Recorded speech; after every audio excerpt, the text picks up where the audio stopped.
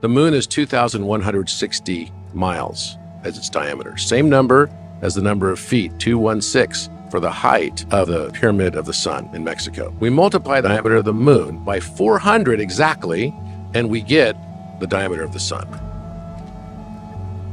Do you know what the exact point inside of the sarcophagus is on planet Earth? If we were to measure it and look at it, it's degree measurement, latitude and longitude. The latitude for the exact center point of the sarcophagus in the King's Chamber is 29.9792.458 degrees. The speed of light is 299,792,458 meters per second. These things were hidden by the polymaths. Polymath is to be a philosopher. And remember, mathematics didn't mean study of math as number, study of quantity of science, right? It meant learning. So poly means many, math meant learning. Polymath is many learnings. That's all that is. So the doorway to become a philosopher was to be a many learner.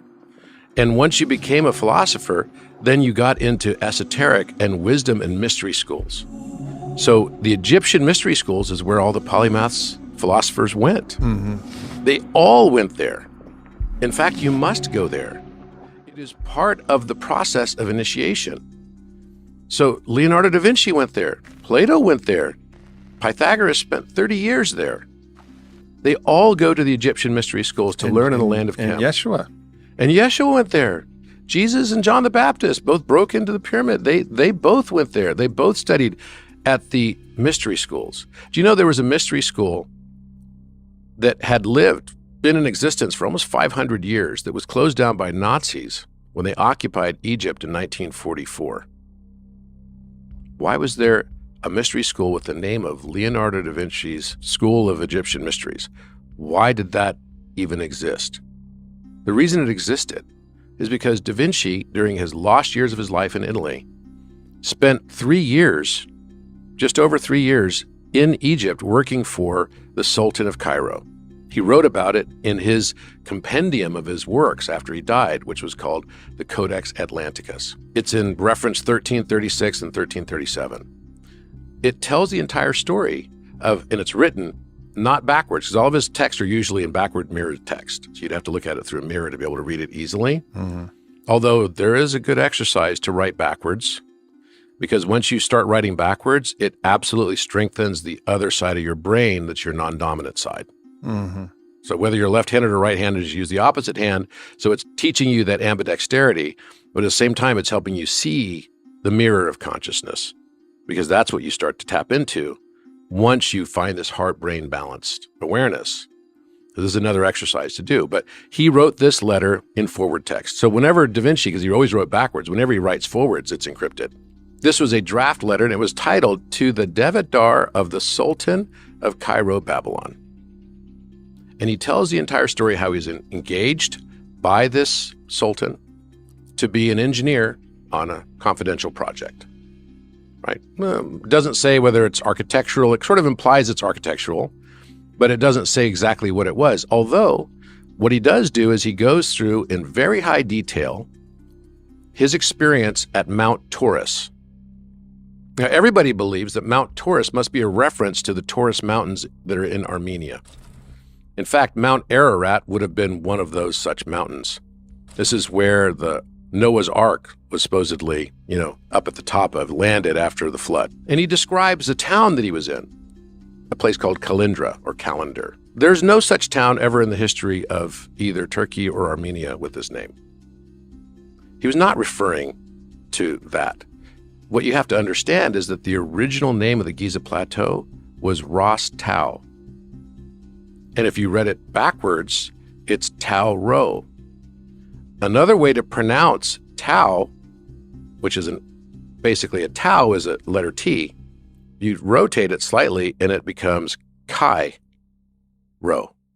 The Bull Mountain that he's referencing is actually shown to us in hieroglyphics. The original name of the Great Pyramid, among its names, one of them is Mer, and all three pyramids are Mer, Ka, and Ba. But the name of the Mer Pyramid is actually to the Apis bull. The chevrons, right, and a bull. So you see two chevrons and a bull, and that is the original name of the Great Pyramid, which means Bull Mountain. So he was referring to the pyramid, the Great Pyramid. And in this, he even says, it seems that they touch the sky, and it's oriented in such a way that it has sunlight on its east and west side in equal amount during the day because it's perfectly situated due north. He's exactly described, it's covered in the most resplendent and gleaming white limestone, is how he describes it. And he goes into a room or a cavern within this mountain, Bull Mountain. And the name of that, the cavern that he's talking about is this great cavern, which is actually a reference to the king's chamber. And right before you walk into the king's chamber, you have to bow, you have to sort of bend over. It's exactly 39 inches high. It's just 1 meter high, right? So we're not supposed to have a meter back then, but they measured it exactly as a meter. You kind of go in with your back hunched over, and he says he put his hand on his forehead, like waddling back and forth because it's about the same height as a bar, right?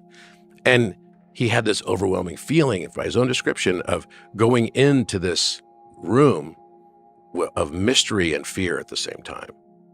What was going to be lurking within that place in the darkness? What was he going to experience? Great fear and hope at the same time. And I remember the first time I went to the Great Pyramid, that's exactly how I felt. A mix of fear and hope. I'm like, what in the heck am I going to be dealing with here, Is some like giant dog man going to come out and get me or something? I've spent now 11 nights inside the Great Pyramid. Wow. And the story of Osiris playing out, and Osiris is personified by the constellation of Orion. The 3 stars on the belt match exactly the positions of the Teotihuacan Plateau pyramids, match exactly the proportions of the Rostau Plateau, which is what we now refer to as the Giza Plateau, right? The Chinese pyramids as well. You see this relationship all over the world with these ancient pyramid sites. And by the way, they were all built on the same units of measure too. For example, the pyramids in Mexico, the base of the Pyramid of the Moon is exactly the height of the Great Pyramid, which is 432 long cubits, 1.75 feet to each long cubit. When you look at the height of the Pyramid of the Sun, it's 216 feet, right? And you'll notice these are harmonic numbers, 432, 216. They always sum to 9. They're geometric numbers, right? That same height is matching as well the Menkaure Pyramid. So these are clearly harmonic relationships. You look at the Pyramid of the Sun, it's 216 feet. Well, that's 25,920 inches. What's the significance of that? That's the long period of this, orbit that we have with Sirius A in years. And by the way, if you just look up right now and Google how far is the sun from the center of the galactic disk in Milky Way, it's 25,920 light years.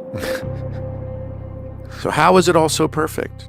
How is it all so perfect? I mean, when you think about Pyramid of the Sun, Pyramid of the Moon, do you know what the chances are of us getting a perfect solar eclipse would be? We're the only planet in the solar system that has a solar eclipse. Do you know that?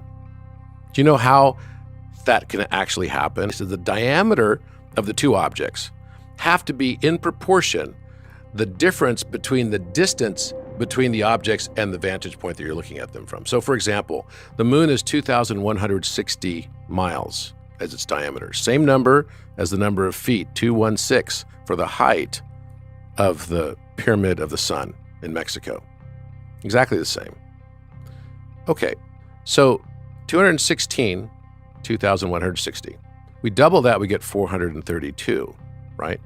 The diameter of the sun is 864,000 miles, making its radius 432,000 miles. So wait a minute, that's a note A in Pythagorean tuning as well, by the way.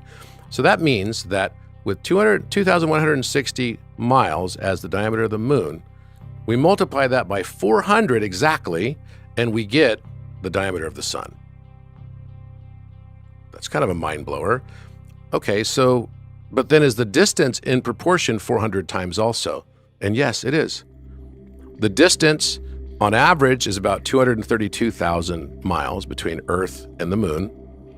You multiply that by 400, it turns out to be 93 million miles, which is the distance we are from the sun. The average of the aphelion and perihelion. the largest distance from the sun, shortest distance from the sun. That's kind of mind-blowing. For me, it makes sense. But then there's got to be people, of course, listening right now are like skeptical, saying like, you're just making up random numbers. And as someone who's into mathematics, what do you think the probability is that all of these mathematics are random? Is that even a possible hypothesis? No, it's like, that's why I kind of laugh at that, because it's like, no, it's just not possible.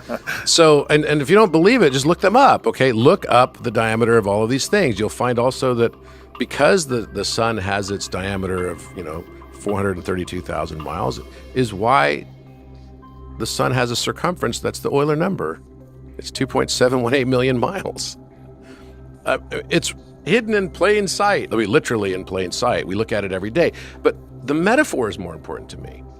The metaphor that the moon is, from our vantage point standing on Earth, the exact same size as the sun on average as we look at it. You notice that? I mean, have you noticed that before? You look at the size of the moon, it's in the sky, it's got the silver color, you got the gold color, but they're basically the same size. Yeah. Don't you find that a little strange? I don't know. So I think there's a metaphor there about how we perceive the feminine, the moon, and the masculine, right? Masculine being relational to the sun. So what Da Vinci did is he put on his squared circle. And by the way, it wasn't even a squared circle because he didn't match the area of the square and the circle in his very famous illustration. It's probably arguably the most famous illustration that we look at today. In fact, the Vitruvian Man. Yeah, the Vitruvian Man. If the radius is 1 unit of the circle, then the area for that circle should be pi, because it's pi r squared, right? This is radius squared times pi still equals pi, because 1, right? 1 is the radius value. Well, guess what the value is for the square? This is 200 years before this number was even discovered by Isaac Newton. It's the Euler number. The exact area. So artists throughout history, again, the problem of not having polymaths around, the artists throughout history are looking at it going, that's pretty, it looks good. Not even really thinking that the area doesn't match. It's not even close. Da Vinci was a lot smarter than that. If he was trying to match the area, the mathematicians are looking at, this is a joke. It's not even close. It's far away. 2.7 is very far from 3.14. Come on. What they didn't understand, though, he was striking a balance between a triangle. So a triangle, an equilateral triangle, from its center point to its top part of it, of its tip up here, the apex, would be 2/3 the length. 1/3 the length is from the center point to the flat base of the triangle, right? If we take that exact same proportion and we use a weighted average value, so we take pi times 2/3, the long portion, right? And we add it to Euler, 2.718 times 1/3, guess what the result comes out to? 3.000. Here we have two transcendental irrational numbers through a simple weighted average around a triangle, coming back to the divinity of the number 3. The Trinity. The Trinity. So to me, the chances that something like this could happen, right? It's like, here's another one. Do you know what the exact point inside of the sarcophagus is on planet Earth? If we were to measure it and look at it, it's at its degree measurement, right? So we're looking at latitude and longitude. The latitude for the exact center point of the sarcophagus in the king's chamber is 29.9792.458 degrees. That's exactly what it is. So 299,792,458 degrees. And that is the latitudinal reference to the geolocation of the Great Pyramid. Not just the Great Pyramid, but within its 13 acres, down to 1 meter inside of the sarcophagus. Do you know that's the exact speed of light? The speed of light is 299,792,458 meters per second. Did you know that the Great Pyramid, the name of the Great Pyramid, one of it is Mer, which means light? It literally means pyramid. Pyra is a Greek word for fire, which was also used to reference light. Mid is like a mean or center point, the midpoint. The mean of light is the name of pyramid, and it's exactly on the geolocation at which point in time we had no reference to latitude or longitude, if you believe the dynastic building of the pyramid, which would have been 4,500 years ago approximately. But wait, okay, so let's just say that might be coincidence. Let's take the other longitudinal reference. So the longitudinal reference for the same spot is 31.1342 degrees. So that doesn't sound like anything special. It's not speed of light, right? It's not close to the speed of light. But what is it? Well, if you take 31, of course, it's going to be related to a circle or a sphere, right? Because degrees are always related to a circularity. So let's take 31.1342 and divide it by 360 degrees. What do we get? We get 0.0864. 0.0864. Now, if you've got on one axis light, and you were going to say the other axis should probably be something related to dark, right? Sure. Light, dark, and doesn't time relate to dark? Isn't there something called like gravitational sort of time dilation? Did you ever see that movie Interstellar? Of course. Where they landed on that planet, they're only there for like 45 minutes, and the big wave came, and then it was like 23 years went by, they went back to the ship, the guy's all old waiting for them. Yeah. Remember that? So you've got this time dilation effect, right? So gravity and time must relate to each other then. And every physicist would tell you that that's the case, because you will have time effects. You know, the time on Jupiter is different than the time here because the gravitational effect there is greater than it is here. So what is this reference of 864? Well, is it a coincidence that we have 86,400 seconds in every day and that the sun's diameter is 864,000 miles? Now, if I could make a perfect time system and I was going to construct it, I'd be like, okay, how do I geometry this shit out, right? I'm going to like make this thing. I'm going to have it relate to the thing that I'm going around, and it's going to be related to its diameter. And then that's going to then resolve into every day of 24 hours, which comes out to be the exact relationship of the diameter of the sun, please. So now the latitude and the longitude are light and time references? Really?